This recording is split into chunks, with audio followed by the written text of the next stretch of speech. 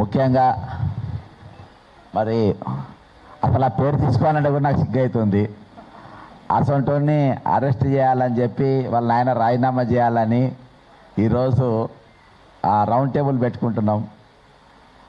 కానీ చర్చించవలసిన విషయం. ఒక్కోసారి చిల్లరగాన గురించి కూడా మాట్లాడాల్సి వస్తుంది. తప్పది, మరి కాసుకోవాలి.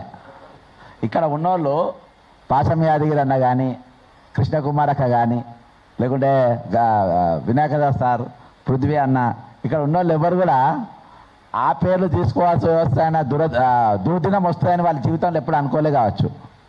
కానీ తీసుకుంటాం. మొత్తానికైతే నేను సింపుల్గా చెప్తా. నాకైతే ఇవాళ తెలంగాణ నడుస్తున్న ఒక మహాభారతం లెక్క కనబడుతూ ఉంది. ఎందుకు మహాభారతం లెక్క కనబడుతుందంటే, ఈరోజు ధృతరాష్ట్రుడి జాగల బీజేపీ అధ్యక్షుడు రామచంద్రరావు గారు కళ్ళకు కట్టుకొని అది ఇంటి పంచాది మా పంచాది కాదంటుండు. అది ఇంటి పంచాది కాదు, మా పంచాది కాదంటుండు.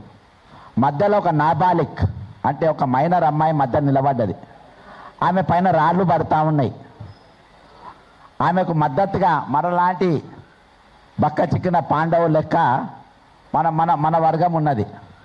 కానీ కౌరవులు 100 మంది ఉన్నారు. వాళ్ళ దగ్గర మంత్రులు ఉన్నారు, ముఖ్యమంత్రులు ఉన్నారు, బలగం ఉన్నది, తుపాకులు ఉన్నాయి, అస్త్రాలు ఉన్నాయి, అన్నీ ఉన్నాయి వాళ్ళ దగ్గర. ఈరోజు వాళ్ళకు దురదృష్టం ఏంటంటే వాళ్ళ తరపున ఈరోజు మగధ అని ఒక ఛానల్ అంటే ఆడామేనా మరి ఆడిదా గాడిదా అర్థమవుతలేదు నాకు. ఎంత పచ్చిగా మాట్లాడుతుందంటే అమ్మాయి గురించి అంత పచ్చిగా మాట్లాడుతుంది. రాములమ్మ అంటే నాకు కొంచెం అభిమానం ఉండే.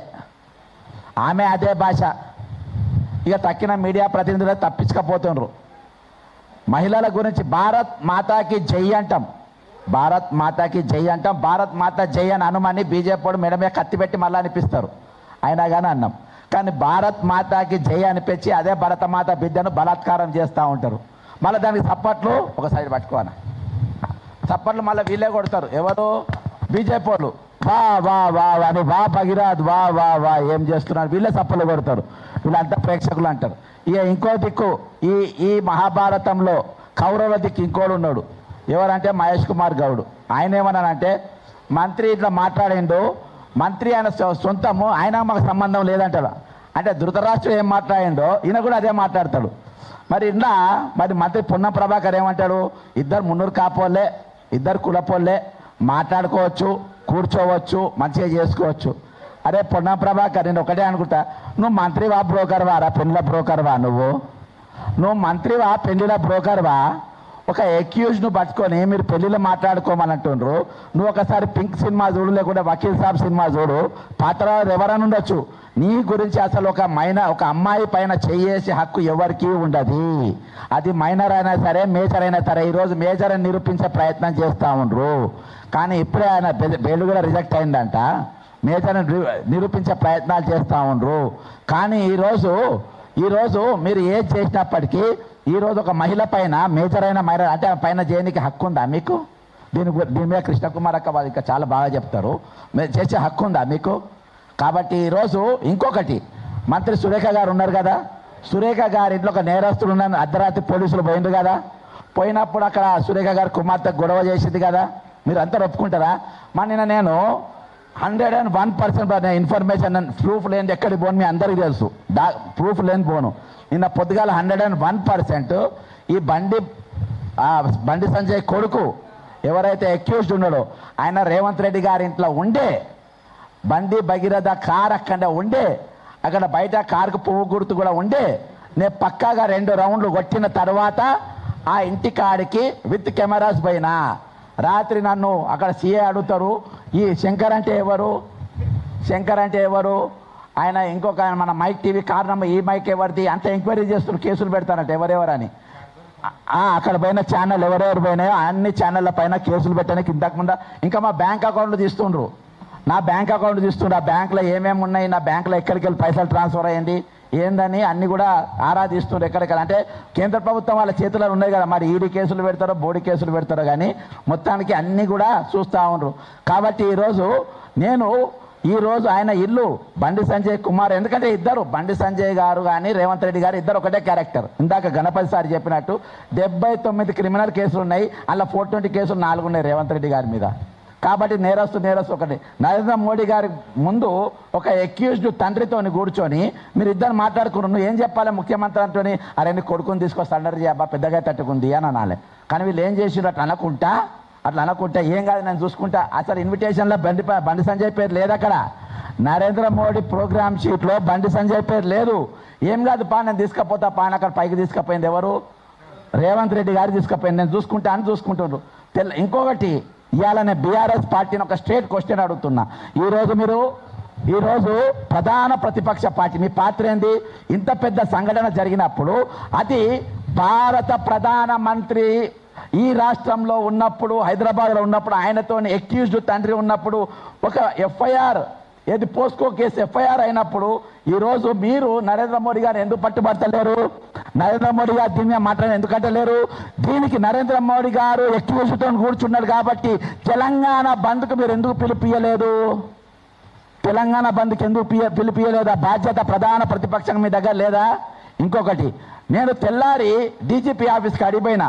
ఆ డీజీపీ ఆఫీస్కి అడిగిపోయే ముందు పొద్దుగాల నేను పృథ్వీని ఒక ప్రోగ్రాంలో పాల్గొన్నాం. ఎక్కడ? అభినందన్లో, ఈ అవుట్ సోర్సింగ్ ఎంప్లాయీస్ది.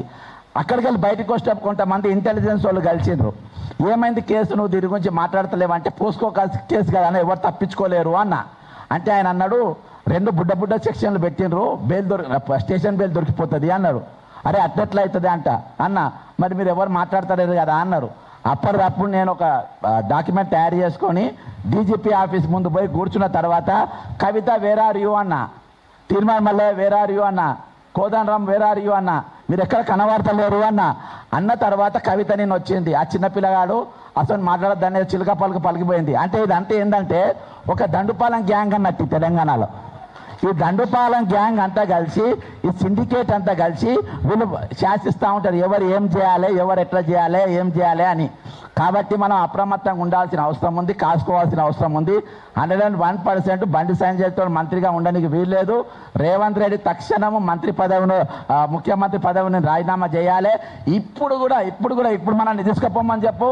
రేవంత్ రెడ్డి ఇంట్లోనే బండి సంజయ్ కొడుకున్నాడు, మళ్ళీ ఇక్కడ తీసుకుపోమను. రేవంత్ రెడ్డి ఇంట్లో బండి సంజయ్ ఉన్నాడు. ఇక్కడ అందరూ కూడా రేవంత్ రెడ్డి దోస్తులే, పాచం యాదగిరి అన్న దోస్తే, పృథ్వీ అన్న దోస్తే. మేమైతే రామ్ కానీ ఈ పెద్ద మనుషులు అంతా నీ దోస్తులే, మీ ఇంట్లో కూర్చొని నీతో అన్నం తిన్నోళ్ళే కాబట్టి వాళ్ళని తీసుకపో. రూమ్ చూపి కెమెరాలు పెట్టు, లేడని చెప్పి చూపి.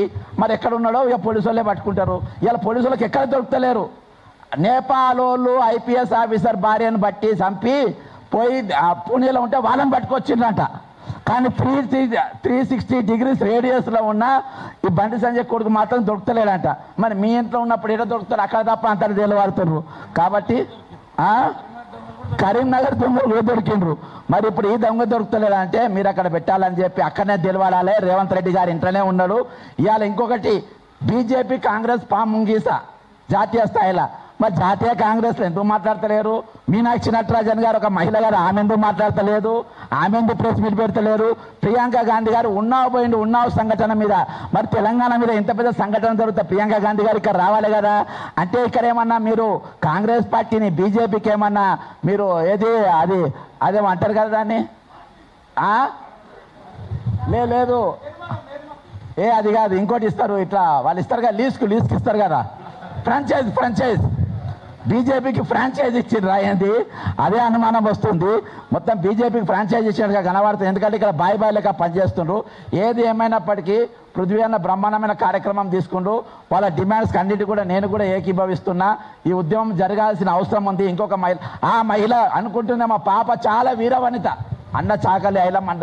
ఎందుకు వీరవనితే అటువంటి అమ్మాయిలు దాదాపు 10-15 మంది ఉన్నారు. ఈ ఒక్క అమ్మాయి కాదు, 10-15 మంది ఉన్నారు. అది చేపట్టి యూనివర్సిటీకి వెళ్ళి పూరగాన్ని తీసి బయటపడేసిండ్రు.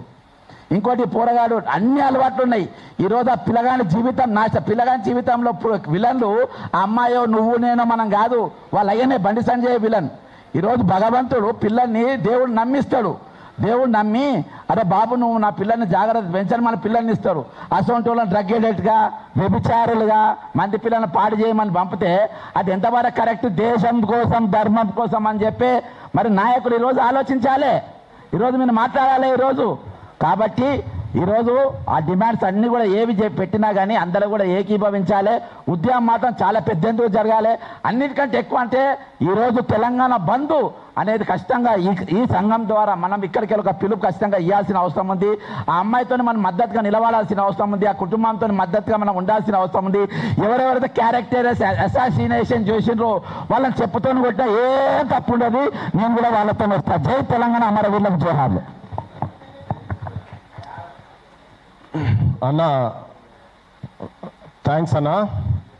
ఒక మంచి జనానికి ఏదైనా మొదలు చెప్తే మాకు కూడా మంచిగానే ఉంటుండే. ముఖ్యమంత్రి ఇంటికాడనే ఉన్నాడని చెప్పని ఆ భగీరథ అంటాడు ఇంటికాడనే కూడా కారు కూడా చూసినా అని చెప్పిండు అన్న. నేనేమనుకున్నా అంటే ఆ భుజమే చేసినోడు అటు నుంచి అడ్డ పట్టుకపోయినావు గాలి మోటార్లు పట్టుకొని నరేంద్ర మోడీ నేను అనుకున్నా. నిజంగా అనుకున్నా నాకు అట్లే.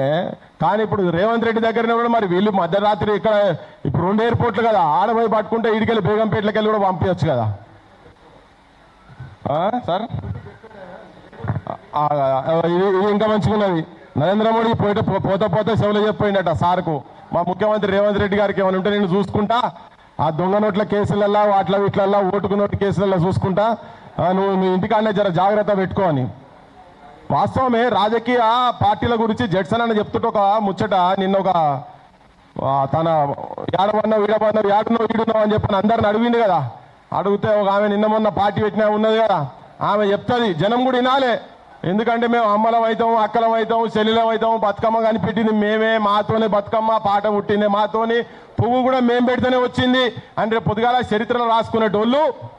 ఆమె ఏం చెప్తుంది అంటే గా పిల్లగాన్ని పట్టుకొని, ఏ రాజకీయానికి సంబంధం లేని పిల్లగాన్ని పట్టుకొని గా పిల్లగాన్ని మాత్రం గట్లా ఇబ్బంది పెట్టుడు నాకైతే ఏం బాగా అనిపిస్తలేదు అబ్బా పర్సనల్గా అని చెప్తుంది ఆమె. పాపం లాలిపాప్ పెడితే నోట్లో పెడితే వానికి కొడుకాలను సపర్యాలను తెలియనంత అమాయకుడు వాడు బండి బాగిరంత అంటాడు. అవన్నీ పట్టుకొని మేము ఎంత పెద్ద సర్టిఫికేట్ ఇస్తాం చూడు. అంటే రాజకీయాల్లో రాజకీయ నాయకులు ఎట్లా ఉన్నారు, ఎంత నీచంగా లంకల పుట్టిన అన్ని రాక్షసులే అని చెప్పని వాళ్ళ నాయన ఎట్టయితే చెప్పిండు. నువ్వు కూడా వేరే కాదు తల్లి, నువ్వు కూడా గాడికెళ్ళి వచ్చింది దానివే. ఎందుకంటే ఇన్ని రోజుల తర్వాత కూడా మరి నీకు నిన్ను కూడా అటే అందులో సారదాన్లలో లోపల నూక్తామని ఇప్పుడు ఏమైనా చెప్పిర్రో నీకు తెలియదు. లేకపోతే నువ్వు పొద్దున్న లేస్తే ఇదే కదా, మరి దాంట్లో ఎక్కడ నీ వాటాల్లో వచ్చినో తెలియదు. కానీ నిన్ను చీతు అనుకుంటున్నారు ఆడోళ్ళు మొత్తము. జాగ్రత్త, అన్ని రాజకీయ పక్షాలు కూడా అట్లనే ఉన్నాయి. ఇగో అక్కడ ఒక దిక్కు అట్లుండేది ఉంటే ఒక దిక్కేమో ఇట్లా ఉన్నారు చూడు. ప్రజల పక్షాన, నిజమైన మహిళల పక్షాన పోరాటం చేసేటోళ్ళు. అక్క మీరు మాట్లాడండి. కృష్ణకుమార్ అక్క సోషల్ యాక్టివిస్టు, మీరు మాట్లాడండి. అందరికీ నమస్కారం అండి.